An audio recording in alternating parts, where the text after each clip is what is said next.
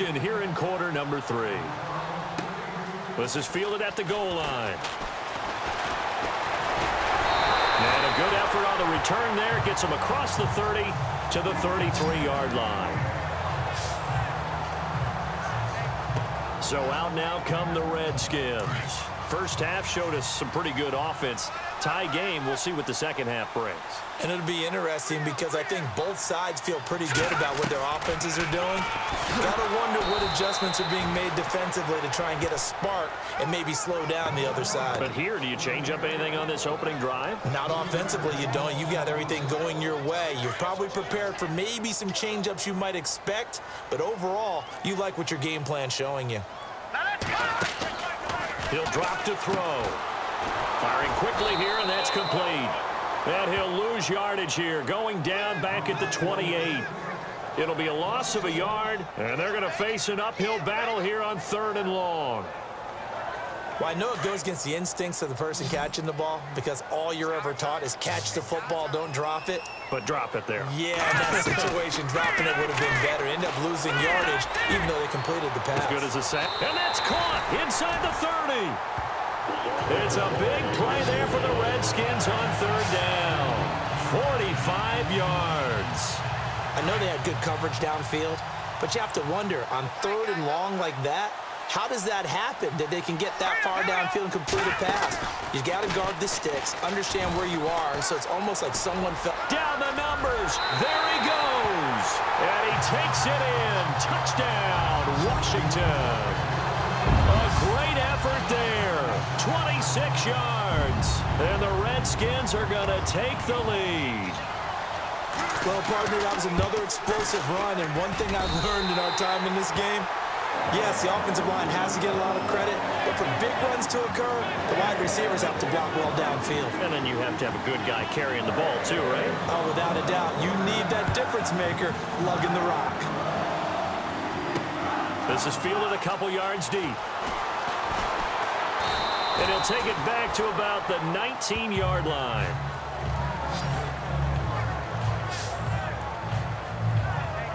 Now the attention turns back to the Rams offense as they get ready for their first possession of the second half. They're down in this game. A chance for the offense, though, to put something on the board, get some momentum here in half 2.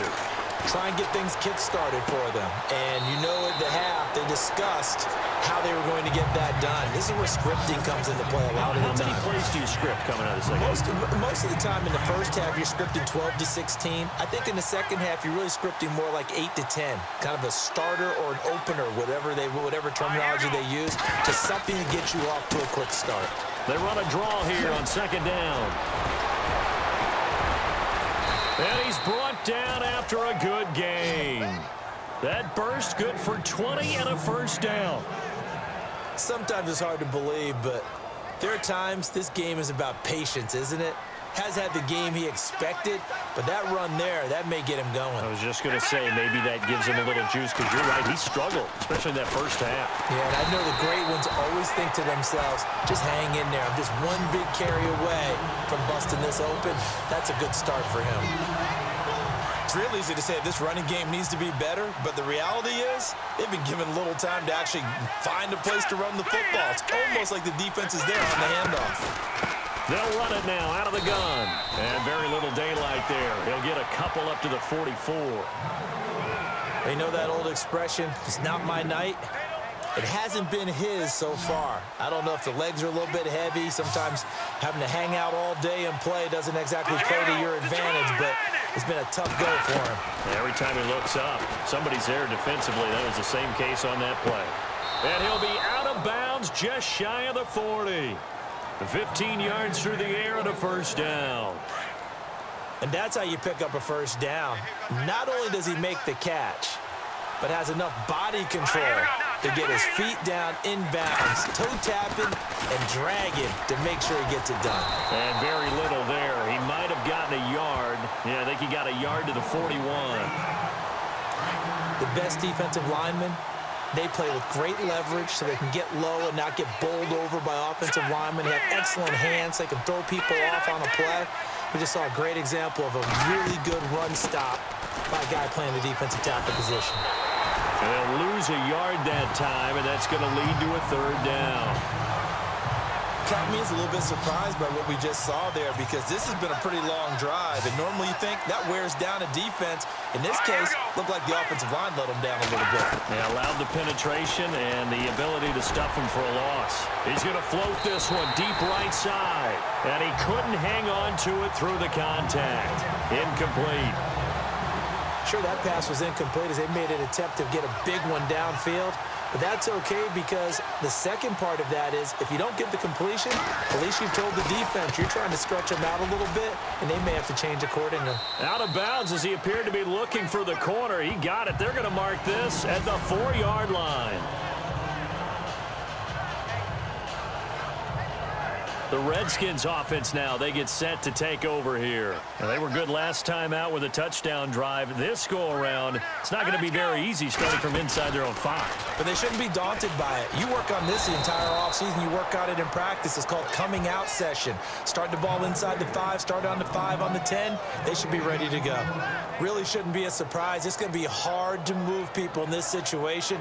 You know they're going to bring the pressure defensively. Because I remember playing in these spots, and my coach was always say, don't be afraid to try and create a safety, too. They're going to bring pressure. Now this time he'll look to throw. And he goes down. It's a sack. They get him back at his own 3-yard line. Aaron Donald in there to drop him for his second sack now here tonight. And that's his second sack of the game, but this player, disruptive in all phases, whether he's going upfield, coming underneath, you name it. He's a big-time guy you have to block. The Redskins on 3rd down. They've hit 2 for 4 thus far. This is 3rd and 10. They'll set up a throw. And incomplete here on 3rd down. Partner, the way this offense has marched up and down the field during this game, it's almost a surprise to see an incomplete pass on 3rd down, isn't it? Yeah, they have had their foot on the gas all game long, but here finally stalling out. You take it right on the 30. They'll call that a 61-yard punt. He got all of that one. And the Rams will go on offense here with a 1st and 10. And now out on the field, here comes Los Angeles. And, you know, their previous possession, they were able to move the football, but still wound up punting in the end. You know, in 2016, Carolina had a 20-play drive that lasted over 10 minutes. And remember how it ended? In a punt. Yeah, I mean, how does that happen? You just don't see that happen every day. And this one maybe not quite that bad, but still, you'd like to have a chance for points if you hold the football that long. Agreed. I know exactly what's going to be said about that play from the defensive perspective. What's that?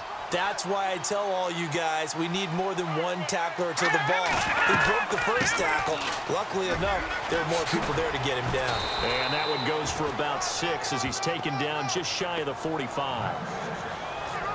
I thought that was a good call. Passing situation on 2nd down. They hit him with a draw instead and pick up nice yardage. Yeah, because the draw, they're thinking pass when they see that initially defensively, right? Now, you know, in today's NFL, most of the time on 2nd and long, when it's a passing situation, pass rushers are on the field, and they're only thinking one thing, get to the quarterback. And oftentimes you can bypass them with a running play. Not what you wanted there, 3rd and 2. And this is something you've worked on in practice from the time you were in training camp, yet you still create your own mistakes. They'll drop to throw. He's going to leave this for his running back. It's complete. And to the 42-yard line here and brought down there. 4 yards on the pickup, and that's going to bring up a 4th down. So much about this game is just understanding situations and then having to execute, isn't it? Guard the 1st down sticks. Don't let them get there. And they rallied and made the tackle. And this is away. It's a high kick, and he got all of it. Oh, he'll field it in the end zone. A nice job on the return there, 16 yards. And the Washington offense will be backed up to start this drive as they've got it 1st and 10. Looks like the defense in press coverage here.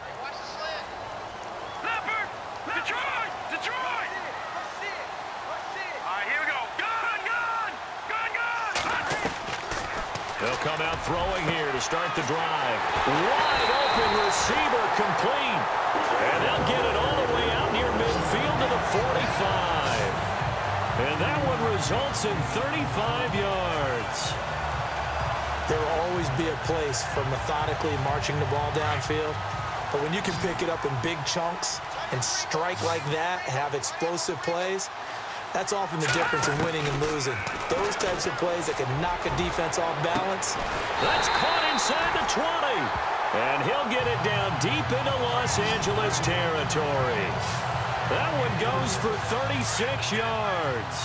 Well, we haven't been shortchanged on offense. Another fun play to watch there in the deep pass. This game has the feel of, what, a turkey bowl, a Thanksgiving day. You know, when we get together this year, when the Davises and the Gaudens get together, that's what our playbook's going to look like they're drawing them up in the dirt, and so far it's working for both of them. He hasn't had a ton of success here so far, but you get the feeling that he might be on the verge of popping one. Yeah, even on that one, there was a little bit of a hole, but it closed there quickly at the end. And as they come to the line, they will not be able to get off. Back now at FedEx Field, it's the Redskins with the football and the lead as we start the fourth.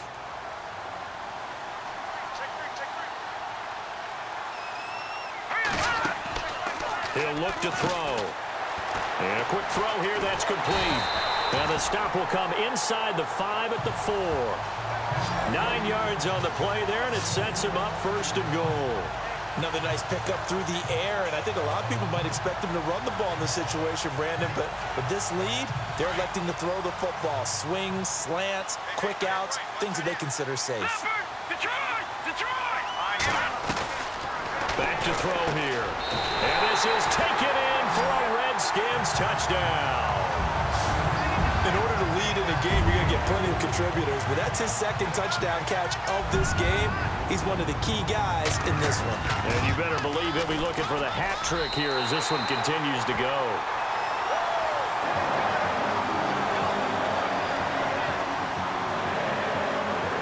Here's Hopkins now out to kick it away.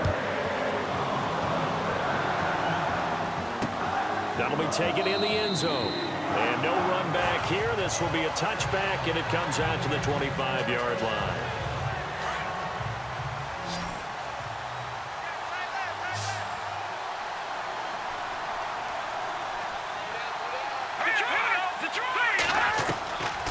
They'll come out throwing here on first down. He can't avoid the pressure. Redskins get there. The amount of sacks that they've absorbed in this game is absolutely extraordinary. Let's just face it.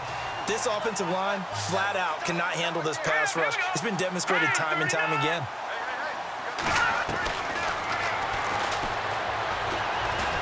And he's going to go down again.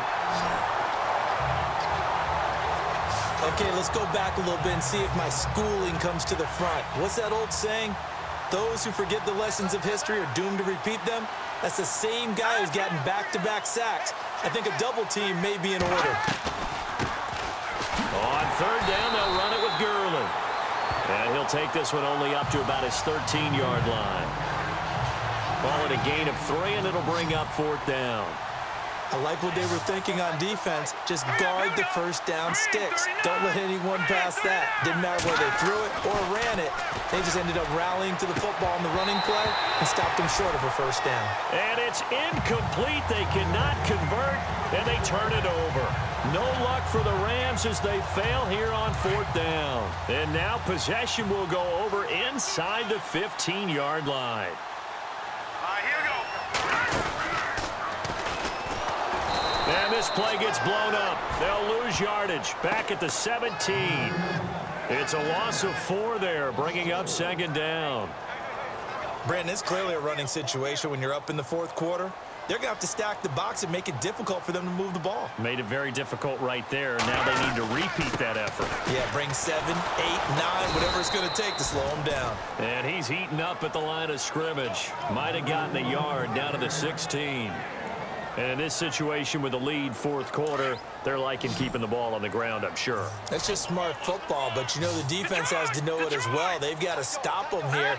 So now we're going to see that loading the box in a big way.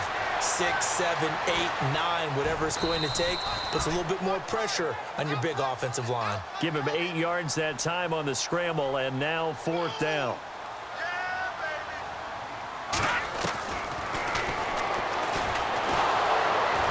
And no escaping this time as he'll go down. They got him for a sack.